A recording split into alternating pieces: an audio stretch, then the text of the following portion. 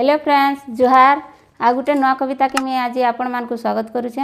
आज कविताटा एक्चुअली मैं पूरा सम्बलपुरी भाषा रे नहीं लिखी, इटे टिक्के साहित्यिक भाषा रे लिखा है। आशा करुचे आपण मान को निश्चय भल लगवा बोलिकरी। जहार पनत कानी तले खरा वर्षा शीत काकर सबू आमको सुरक्षा दे पारसी सेटार किए नहीं से होउचे हमर माए।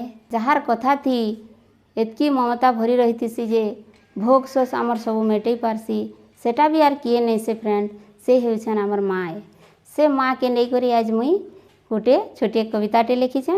आउ आसन से कविताटा एबे आमे आरंभ करमा।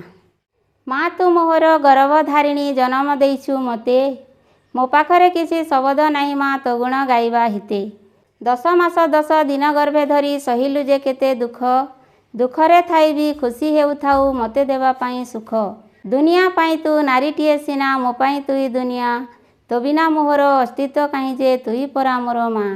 तो कोल मोहर फुलर झुलना सेज तो पनत कानी, सेज पलंकर अभाव मालो तो कोले न पारे जानी।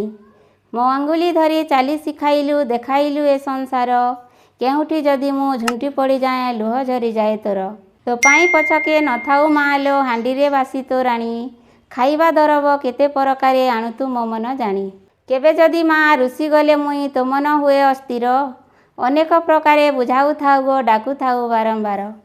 तो सुख सपन करी बलिदान पाठ पढ़ाइलु मते, दामिका कपड़ा मते पिंधाइलु फटा लुगा पिंधि सते।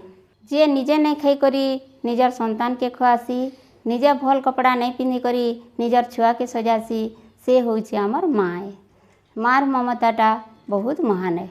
मनर कथा मो बुझी पारु माँ कहिबा आगरु मुही, लड़ी जाऊ तुई झड़ तूफान रे मो मन रखिबा पाई। मो आखिरे लुह देखिदेले माँ तो हृदय कांदी जाए, तो परी दयालु हृदय मालो जगत रे नाई किए। ममता सागर नाम बही अछु कथा तो अमृत झर, तो कथारे मोर दुख सरी जाए सुख मिले निरंतर। मो सपन पूरा करिलु मालो तो सपन करी शेष, मो जीवन खुशी भरी देई माँ तो मन कलु उल्लास।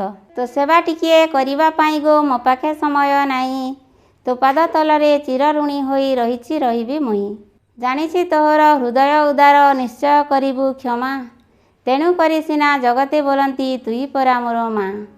प्रार्थना करुछि जगत ठाकुर माँ मो भलरे थाउ, सबु जन्म रे मो माँ गर्भरे मोहरी जन्म हेउ।